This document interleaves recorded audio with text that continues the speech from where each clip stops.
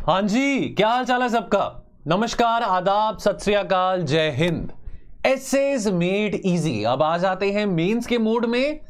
और essay writing बहुत ही important है। 250 मार्क्स का एसे रहता है और एसे के लिए गाइडेंस हर किसी को चाहिए।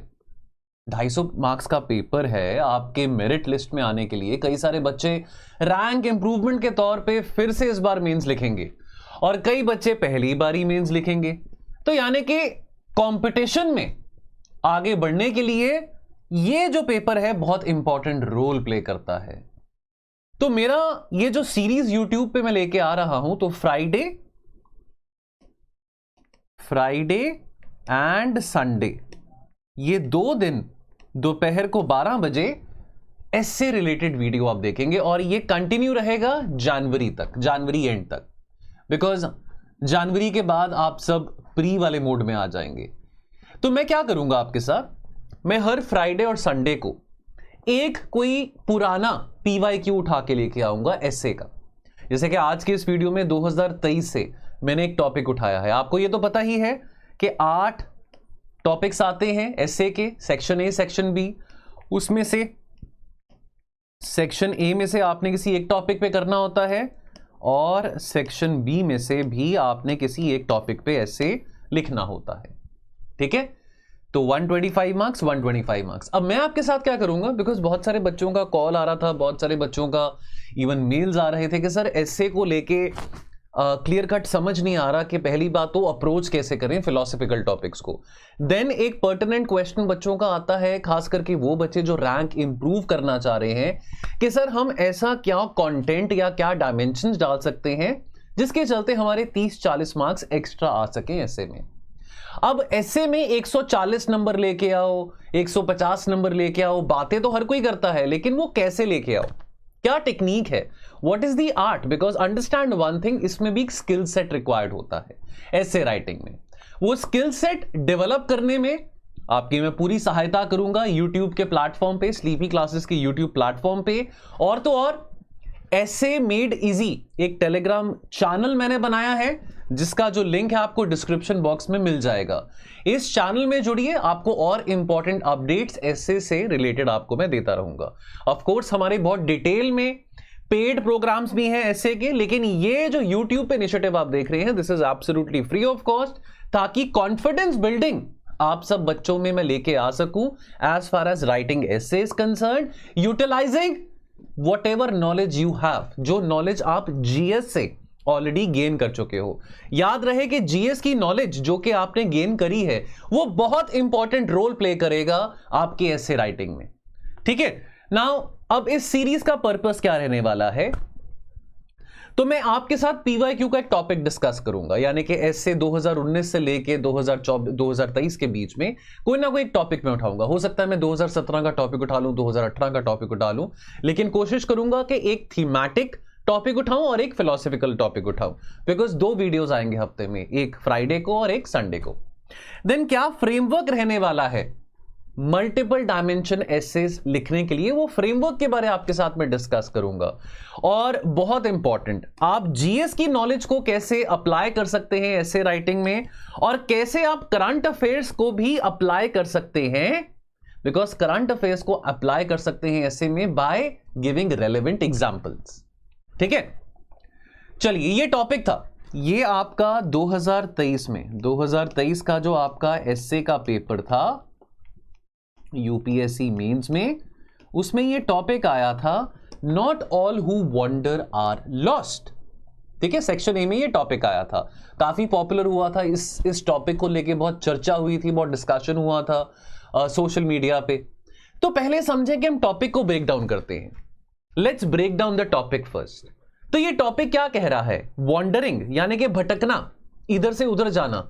वॉन्डरिंग का यानी कि अगर आप इंग्लिश मीनिंग देखेंगे उसका मतलब आपको दिखाई देगा एक जगह से दूसरी जगह जाना। तो यानी कि ये टॉपिक कहता है कि इधर से उधर जाना या भटकना जरूरी नहीं है कि आप रास्ता खो बैठे हैं। यानी कि इस टॉपिक से हम ये डिड्यूस कर पा रहे हैं कि जो तजुर्बा, जो अनुभव, जो एक्सपीरियंस हमें मिलता है from wandering, that is more precious than reaching the destination perhaps. यानी कि इससे हम ये डिडक्ट कर पा रहे हैं कि journey is more beautiful than the destination. Journey is more beautiful than the destination. अब इस कोट को, इस कोटेशन को, not all who wander are lost, इस कोट को हम ब्रेक डाउन कर सकते हैं कि वो लोग जो कि एक ऐसे सफर पे हैं, एक ऐसे सफर पे ऑफ सेल्फ डिस्कवरी, अपने आप को डिस्कवर करना चाहते हैं, अपने आप को खोजना चाहते हैं। अब अपने आप को खोजने के सफर में वो नए कल्चर्स को एक्सप्लोर कर सकते हैं, नई चीजें ट्राई कर सकते हैं, या नई जगहों पे जा सकते हैं। वो अपने आप को खोज रहे हैं और अपने आप को खोजने के लिए, अपनी सेल्फ डिस्कवरी के लिए वो इधर से उधर जा रहे हैं, या हम कह सकते हैं भटक रहे हैं, हिंदी में यानी कि भटक रहे हैं। तो यानी कि इस टॉपिक को ब्रेक डाउन करके तो मैं ये समझ पा रहा हूं, इस टॉपिक को ब्रेक डाउन करके मैं ये समझ पा रहा हूं कि इसमें not all who wander are lost में सेंट्रल थीम क्या है? इसमें सेंट्रल थीम है सेल्फ डिस्कवरी। सेल्फ डिस्कवरी की बात हो रही है, यानी कि आप एक जर्नी में हैं। वो जर्नी आपकी इंडिविजुअल हो सकती है, वो जर्नी एक देश की भी हो सकती है, वो जर्नी एक संस्था की भी हो सकती है, वो जर्नी किसी दल की भी हो सकती है, लेकिन the purpose is self discovery. तो देखिए, जब हम टॉपिक को अप्रोच करते हैं, जब आपने टॉपिक पिकअप करा, ऑफ कोर्स कुछ ऐसे टॉपिक्स होंगे जो आपको इजी लगेंगे, कुछ ऐसे टॉपिक्स होंगे जो आपको ज्यादा इजी नहीं लगेंगे। लेकिन जब भी किसी भी टॉपिक को आप चूज करें ऐसे में, पहले उसको ब्रेक डाउन करो, उसको ब्रेक डाउन करो, देखो उसका मतलब क्या है, क्या उससे आप इंटरप्रेट कर पा रहे हो। ठीक है, अब मैं आपके साथ क्या करने वाला हूं इस पर्टिकुलर टॉपिक में, इस पर्टिकुलर टॉपिक के मैं 3 डायमेंशंस आपके साथ डिस्कस करने वाला हूं। एक मिनट रुको अभी। अब आपको क्या लगता है कि ये सेल्फ डिस्कवरी की बात करने से क्या आपको लगता है कि ये सफिशिएंट रहेगा? Will only talking about self discovery, will this be sufficient for you to write 800 to 900 words in the essay? आप केवल एक थीम पकड़ के, यानी कि केवल आप एक डायमेंशन पकड़ के सेल्फ डिस्कवरी का, आप केवल ये बात कह के कि journey is more beautiful than the destination, सिर्फ इसी एक बात को पकड़ के आप 800-900 वर्ड्स तो नहीं लिख सकते हैं।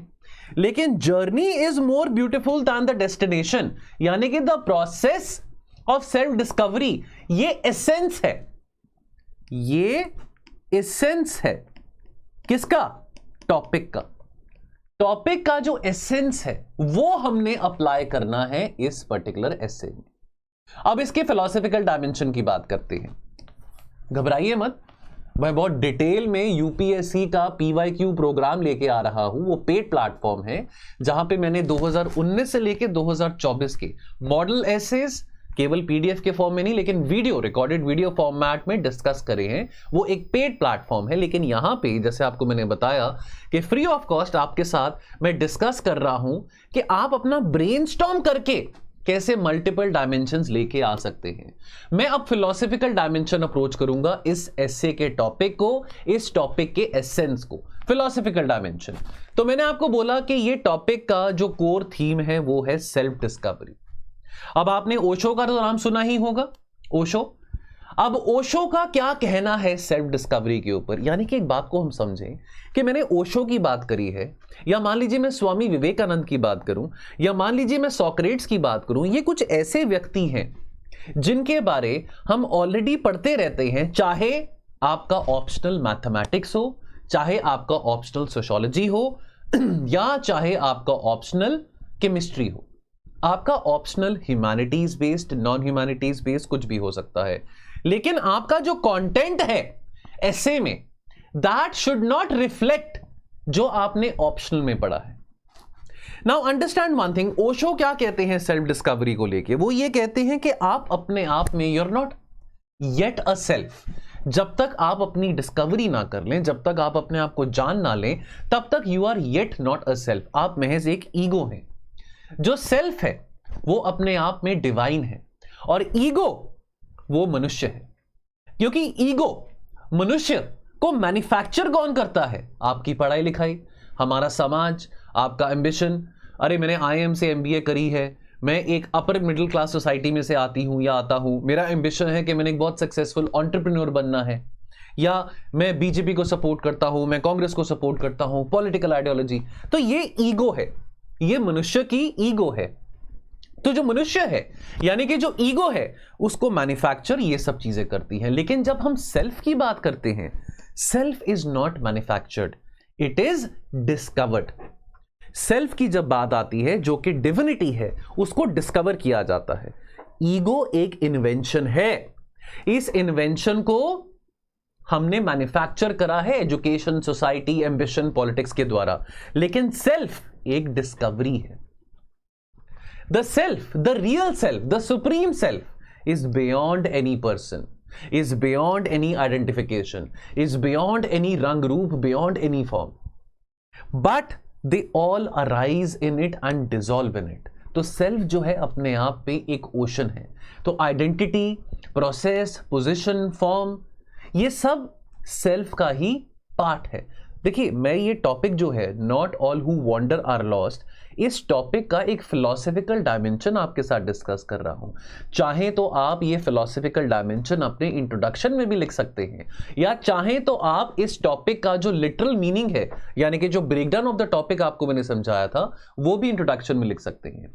लेकिन ये पर्टिकुलर एस्पेक्ट, आप इसको एस्पेक्ट मानिए, आप इसको डायमेंशन मानिए, ये पर्टिकुलर जो डायमेंशन या एस्पेक्ट है वो रिलेटेड टू द टॉपिक है, क्योंकि टॉपिक बात करता है the process of self discovery. तो मैं ओशो के व्यूज ऑन सेल्फ डिस्कवरी क्या है वो डिस्कस कर रहा हूं। देन आते हैं सॉक्रेट्स पे, अगेन थोड़ा फिलोसफिकल डायमेंशन में कंटिन्यू करते हुए। देखिए, अब आप यहां पे देख रहे हैं कि मैंने कोहेरेंस बनाई हुई है।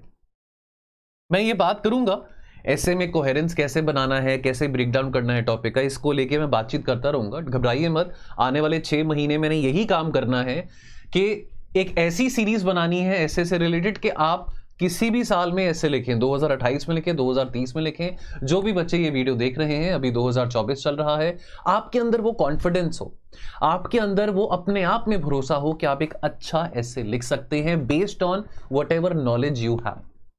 अब सॉक्रेट की व्यूज की बात करते हैं। नाउ सॉक्रेट्स कहने को तो पॉलिटिकल साइंस या फिलॉसफी या सोशियोलॉजी वाले इसको पढ़ते हैं, लेकिन सॉक्रेट्स, प्लेटो, एरिस्टोटल, ये कुछ ऐसे विशेषज्ञ हैं, ये कुछ ऐसे फिलोसोफर्स हैं जिनके बारे आपको पता होना चाहिए, जिनके बारे अगर आपने रीड किया है तो कोई नुकसान की बात नहीं है। अब अगर हम प्राचीन काल में ग्रीस में अगर देखें तो ये जो फिलोसोफर थे सॉक्रेट्स, उन्होंने ये कहा था कि unexamined life is not worth living. यानी कि अगर आप अपने गिरेबान में नहीं झांक पा रहे हैं, अगर आप अपनी जिंदगी को खुद इवैल्यूएट नहीं कर पा रहे हैं, तो आप क्या जिंदगी जी रहे हैं।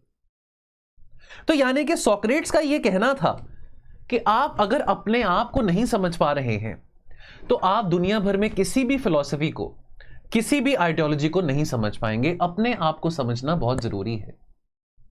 अपने आप को समझ पाना एक अपने आप में एक बहुत बड़ी उपलब्धि है, और बहुत सारे लोग हैं अपने आप को नहीं समझ पाते हैं, अपनी कमजोरियों को, अपने स्ट्रेंथ्स को नहीं समझ पाते हैं, जिंदगी बीत जाती है। नाउ बात यहां पे ये आती है कि ये जो प्रोसेस है अपने आप को जानने का, सेल्फ डिस्कवरी करने का, वाई इज इट दैट कि सेल्फ डिस्कवरी या self knowledge about one self is very important. तो सेल्फ नॉलेज इंपॉर्टेंट है एक सेंट्रल रीजन के लिए, बिकॉज ये एक आपको रास्ता देता है अपनी खुशी के लिए और अपनी फुलफिलमेंट के लिए। अगर आपको अपने बारे इतनी सफिशिएंट नॉलेज नहीं है तो यानी कि आपके आने वाले कल में आपके रिश्ते, आपका प्रोफेशन और आपके एम्बिशंस वो शायद गलत हो सकते हैं। या कह सकते हैं कि अगर आपको अपने बारे इंफॉर्मेशन या अपने बारे इतनी नॉलेज नहीं है तो शायद आपके बहुत नेक ख्यालात भी हों, शायद आपके एम्बिशंस बहुत अच्छे भी हों, लेकिन वो फुलफिल कंप्लीटली नहीं हो पाएंगे। आप एक ऐसी स्थिति में रहेंगे जहां पे आप you will always be vulnerable armed with the right sort of self knowledge, अगर आपके पास सही किस्म की नॉलेज है अपने आप को लेके, तो आपके पास प्रोबेबिलिटी गलती करने की भी कम है। यानी कि चाहे लोगों के साथ डील करना हो, रिश्तों में किसी के साथ आपको बर्ताव करना हो, या अगर आप अपने लाइफ में कोई ऐसे फैसले उठाना चाहते हैं, अगर आप अपने बारे अवेयर हैं, तो शायद आपके जो फैसले हैं, आपके जो रिश्ते हैं, वो सही साबित होंगे। अब अगर आप अपने बारे ज्यादा नॉलेज नहीं रखते हैं, so what are the examples which is lack of self discovery or which showcases lack of self knowledge। अगर हम अपनी सही मायने में हमारी फीलिंग्स क्या हैं, अगर हम अपने पार्टनर्स को, अपनी वाइफ, अपने हस्बैंड, अपने बॉयफ्रेंड या अपने गर्लफ्रेंड को कन्वे ना कर सकें वर्बली, और ये अज्यूम करें कि नहीं यार जो मेरे एक्शंस हैं वो अपने आप मेरी गर्लफ्रेंड को, मेरी वाइफ को, मेरे हस्बैंड को समझा देंगे, तो ये काम गलत है। यानी कि अपनी इमोशंस को एक्सप्लेन कर पाना भी उतना ही जरूरी है जितना आप अपनी इमोशंस पे एक्ट अपॉन कर रहे हैं। सो देयरफॉर अगर हम अपने बारे सेल्फ अवेयर ही नहीं है, अगर हमने टाइम ही नहीं दिया अपने आप को डिस्कवर करने के लिए, अपने आप को जानने के लिए, तो जाहिर सी बात है कि ये प्रॉब्लम्स हमारे साथ बहुत ज्यादा होंगी। आप वो जाल में फंसे रहेंगे कि आपका ब्रेकअप हो रहा है, आप उस जाल में फंसे रहेंगे कि अरे यार मैंने 4 बार यूपीएससी का पेपर दे दिया, मैं क्लियर क्यों नहीं कर पा रहा हूं, मैं प्रीलिम्स क्यों नहीं क्लियर कर पा रहा हूं। आप 4 बारी कहीं इंटरव्यू जाके देके आए, वो आपका इंटरव्यू नहीं क्लियर हुआ है, आपको कंपनी वालों ने बाहर निकाल दिया। तो हमारे लाइफ में जो कुछ भी हो रहा है उसके पीछे कोई कारण हो सकता है, लेकिन उसके बारे में आपको पता कैसे लगेगा? ओनली अगर आप अपने आप को जानने की कोशिश करोगे। तो यानी कि ये कुछ एग्जाम्पल है लैक ऑफ सेल्फ नॉलेज के, लैक ऑफ सेल्फ डिस्कवरी के। अब इस टॉपिक से रिलेटेड एक पॉलिटिकल डायमेंशन, टॉपिक क्या है? Not all who wander are lost. यानी कि जो भटकते हैं जरूरी नहीं है कि वो खो जाते हैं। हमने फिलोसफिकल डायमेंशन समझा कि भटकने का फायदा क्या है, यानी कि ये टॉपिक आपसे एक पॉजिटिव कॉनोटेशन पूछ रहा है। Not all who wander are lost, यानी कि आपको ये बताना है कि हाँ जी आप अग्री करते हैं कि जितने भी लोग भटक रहे हैं जरूरी नहीं है कि वो खो गए हैं, वो अपना रास्ता या अपनी मंजिल खो बैठे हैं। अब इसका पॉलिटिकल डायमेंशन डिस्कस करते हैं। अपने संविधान को बनाना, हमारा संविधान बना इतना आसान काम तो नहीं था। हमारा एक रिटन कॉन्स्टिट्यूशन है, हमारा एक बहुत लेंदी कॉन्स्टिट्यूशन है। So understand one thing, Bharat की आजादी का जो संघर्ष रहा, 200-250 साल अंग्रेजों की गुलामी हमने करी, उसके बाद हमको लगभग 2-2.25 साल लग गए ये कॉन्स्टिट्यूशन बनाने में। इतना आसान काम तो नहीं था। हमारा जब हमको आजादी मिली उस वक्त हमारे देश में विभाजन भी हुआ था, पार्टीशन भी हुआ था, और हमारे देश में विभाजन हुआ था based on the religious differences. तो एक ऐसा मजबूत संविधान बनाना जो कि सभी लोगों को इक्वालिटी दे सके, सभी लोगों को एक सेंस ऑफ एम्पावरमेंट दे सके, माइनॉरिटीज को, चाहे वो लिंग्विस्टिक माइनॉरिटीज हैं, चाहे वो कास्ट बेस्ड माइनॉरिटीज हैं, चाहे वो रिलीजियस माइनॉरिटीज हैं, उन सबको एक अपनापन दे सके। तो ये संविधान बनाना, इसका जो प्रोसेस था, understand the process was not very easy. तो इस प्रोसेस में, संविधान बनाने के प्रोसेस में हम भटके होंगे, लेकिन नॉट नेसेसरली कि वो जो हमारा भटकना था वो गलत साबित हुआ। यानी कि हमने जो बलिदान दिए, हमने जो कुर्बानियां दी, हमने इतना टाइम लगा के अपना संविधान बनाया, तो उसका नतीजा क्या हुआ कि आज भारत के पास, आप भारत को जितना मर्जी लोग बुरा भला कह ले, सबसे ज्यादा तो भारत के ही लोग होते हैं जो बाहर जाके भारत को बुरा भला कहते हैं, लेकिन भारत का संविधान वो चट्टान है, वो स्ट्रॉन्ग माउंटेन है जो कि हम लोगों को प्रोटेक्शन देता है, मजबूती देता है। भारत का संविधान, our Indian constitution, it was not imposed upon us by our colonial power, but this process of making the constitution, process of self discovery की बात हो रही है, self discovery of the constitution, it was the product of your mass freedom struggle. आप दुनिया भर का इतिहास पढ़ो तो भारत का जो आजादी का संघर्ष रहा था 20th सेंचुरी में, जितना दर्दनाक और जितना असरदार भारत की आजादी का संघर्ष रहा था, वो दुनिया भर में किसी भी देश का नहीं रहा है। नाउ जब संविधान लिखा जा रहा था, हमारे देश का भविष्य इतना मजबूत या इतना सिक्योर नहीं दिखाई दे रहा था जैसे आज है। 1947 के पीरियड में जाके देखो तो कितने चैलेंजेस थे सरदार वल्लभ भाई पटेल के सामने, जवाहरलाल नेहरू के सामने, डॉक्टर अंबेडकर के सामने। लेकिन जो हमारे निर्माता थे, जो हमारे founding fathers of the constitution थे, उनको चिंताएं थी, उनको घबराहट थी, ना कि केवल आने वाले कल के बारे, बट आज के बारे, प्रेजेंट के बारे।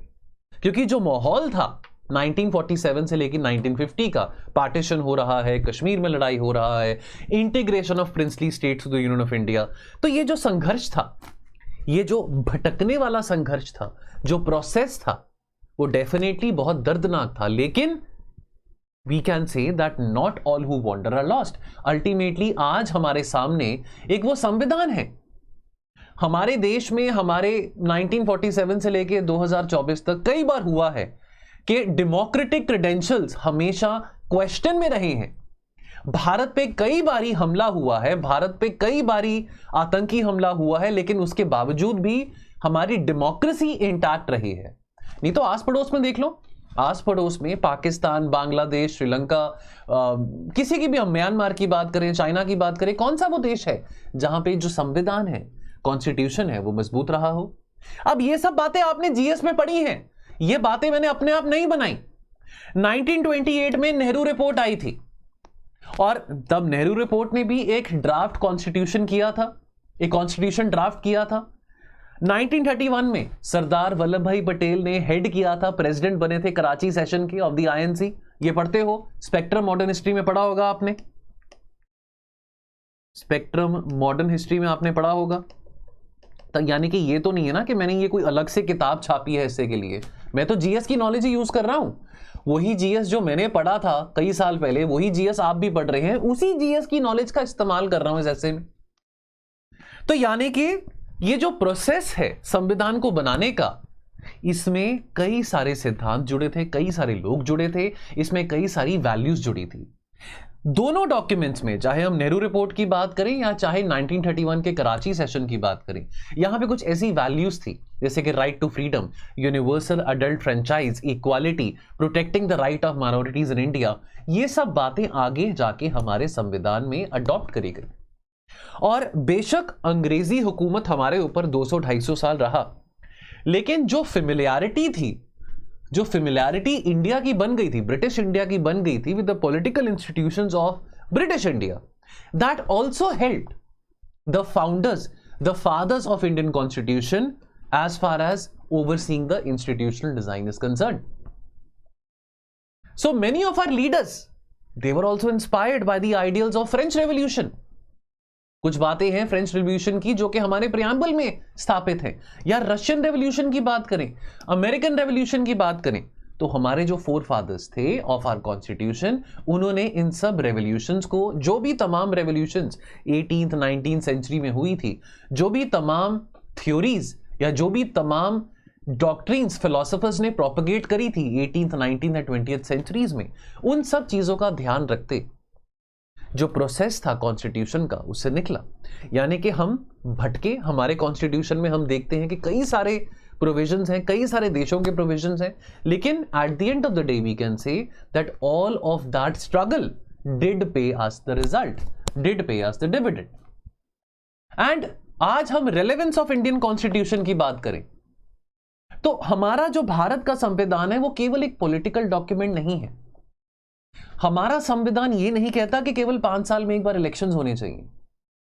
अगर हमारी कॉन्स्टिट्यूशन ना होता और केवल हम अपने आप को डेमोक्रेसी कहते, तो हमारी डेमोक्रेसी में बैलेंस ना होता, हमारी डेमोक्रेसी में डिसिप्लिन ना होता, तो हमारी democracy would have gone completely haywire.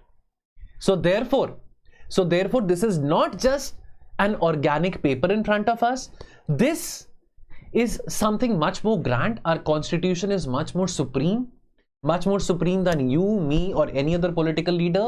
And the very fact that democracy is stable is because of this constitution. Without a constitution we will never know that there is more to democracy than just going to vote for elections once in 5 years. And now इस topic का third dimension यानी कि scientific dimension की मैं बात करता हूं। Scientific dimension, Chandrayaan 3 की बात करते हैं। चंद्रयान 3 का जो सफर रहा है कोई आसान तो नहीं रहा है।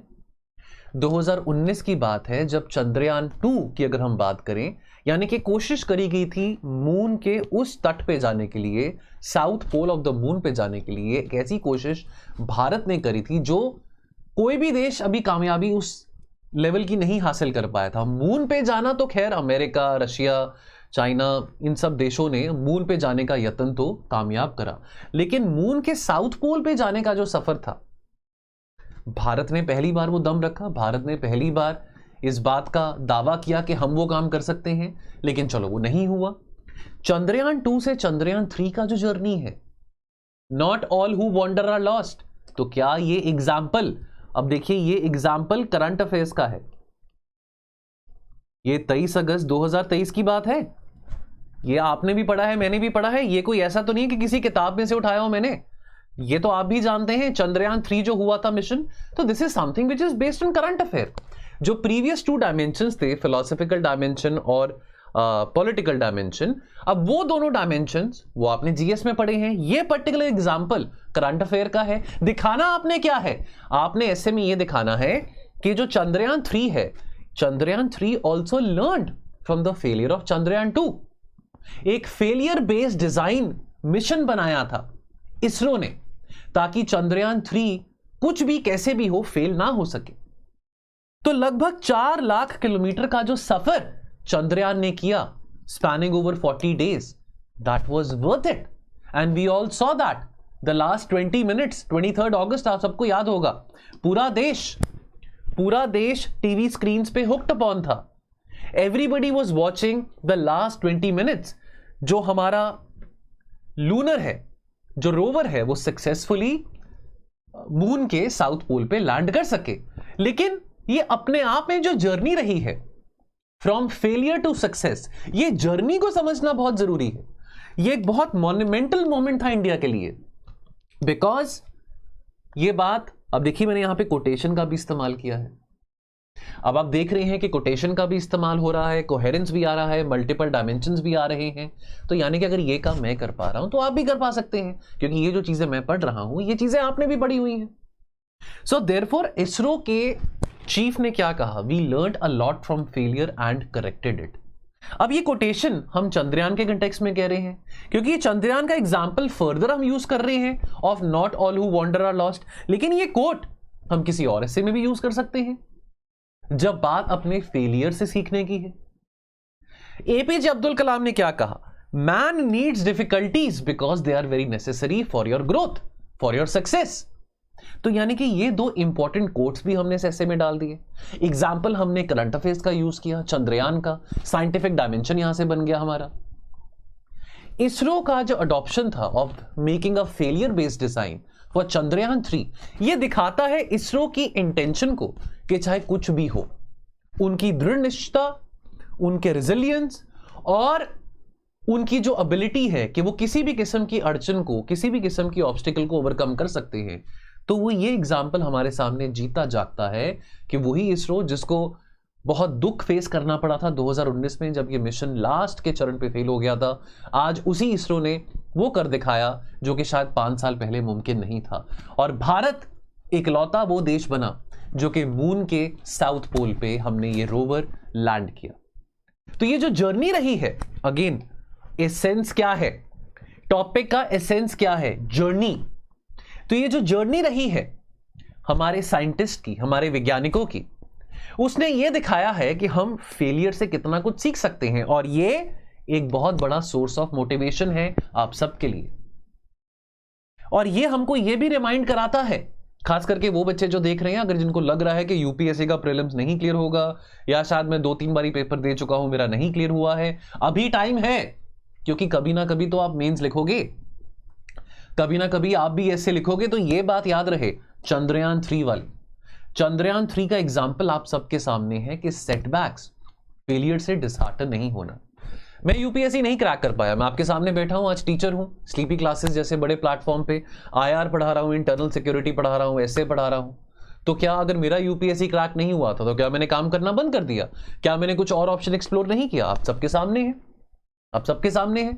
सो देयरफॉर हमारी जिंदगी में कई सारे ऐसे एग्जाम्पल्स आपको मिलेंगे छोटे से छोटा, बड़ा सा बड़ा, जो कि आपको यह सिखाता है कि सेटबैक्स को कैसे फेस करना है, आपने कैसे अपने माइंडसेट को चेंज करना है जब आप सेटबैक फेस करते हो।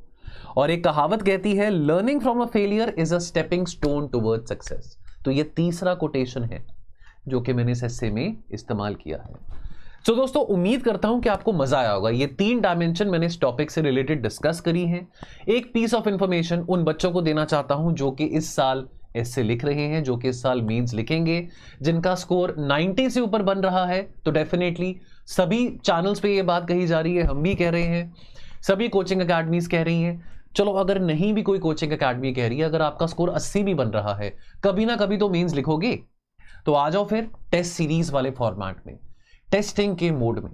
तो ये 2 प्रोडक्ट्स हैं यूपीएससी के एस्से टेस्ट सीरीज की। एक तो है योद्धा, जिसमें आपको 3 लेक्चर्स मिलेंगे introductory on the art of essay writing, basic, structure and technique.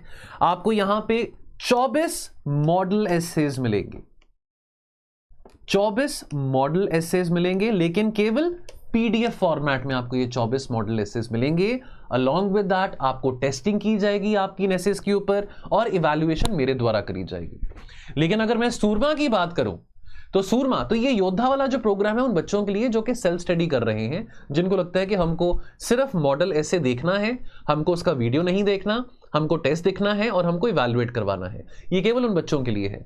लेकिन जो सूरमा प्रोग्राम है, सूरमा प्रोग्राम ये थोड़ा और कॉम्प्रिहेंसिव है, थोड़ा और एडवांस लेवल का है। इसमें आपको अलॉन्ग विद द फीचर्स जो कि योद्धा में प्रोवाइड किए जा रहे थे, यहां पे आपको पर्सनल मेंटरशिप जूम सेशंस के माध्यम से और कॉल्स के माध्यम से मेरे द्वारा मिलेगी। मास्टर क्लासेस, 2 मास्टर क्लासेस आपको शेखर सर और प्रेरणा मैम के द्वारा देखने को मिलेगी, जो कि हमारे को फाउंडर्स हैं स्लीपी क्लासेस के। देन आपको एक बहुत एग्जॉस्टिव लेक्चर देखने को मिलेगा रिकॉर्डेड फॉर्मेट में, जहां पे इंपॉर्टेंट कोट्स एंड एनेक्डोट्स जो कि इस्तेमाल कर सकते हैं आप अपने एस्से राइटिंग में। और इसमें आपको जो आप टेस्ट लिखेंगे, मान लीजिए कि आपने टेस्ट लिखा, आपका एक सेक्शनल टेस्ट है, उस सेक्शनल टेस्ट में 4 टॉपिक्स हैं, 4 में से किसी एक टॉपिक के ऊपर लिखेंगे, लेकिन आपको बाकी 3 और जिस टॉपिक पे आपने ऐसे लिखा है उसका मॉडल पीडीएफ, मॉडल ऐसे का पीडीएफ और उसका रिकॉर्डेड वीडियो। तो यानी कि जितने भी ऐसे का टेस्ट आप लिखेंगे, जो ऐसे के टेस्ट आपने नहीं भी दिए हैं, उसके भी रिकॉर्डेड वीडियो आपको देखने को मिलेंगे। तो सूरमा 4500 का है, योद्धा 2700 का है। योद्धा में मेरे द्वारा मेंटरशिप नहीं है, सूरमा में मेरे द्वारा मेंटरशिप है। तो कमेंट सेक्शन में बताना कि कैसा लगा आपको वीडियो, लोगों से शेयर कीजिए जो आपके दोस्त एस्से की तैयारी कर रहे हैं।